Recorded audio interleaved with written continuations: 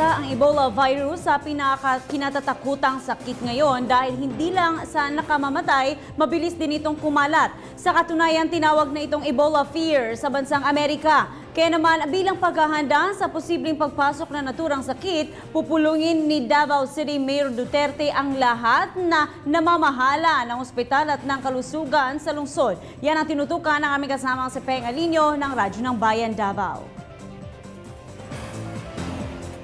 Maglalaan ng pondo ang lokal na pamahalaan ng Davao para magamit sa paghahanda kung sakaling pumasok sa syudad ang may sakit na Ebola virus. Ayon kay Davao City Mayor Rodrigo Duterte, na sa susunod na linggo nila pupulungin ang mga opisyal ng mga ospital at mga namamahala sa kalusugan at iba pa ng lungsod para makapagplano na kung ano ang gagawin kung sakali mang may kahit isang pasyente lang na makapasok sa Davao City na may Ebola. Unaan niya ay kailangan malaman natin kung makakaiwas ba tayo sa pasyente na may dala na nito.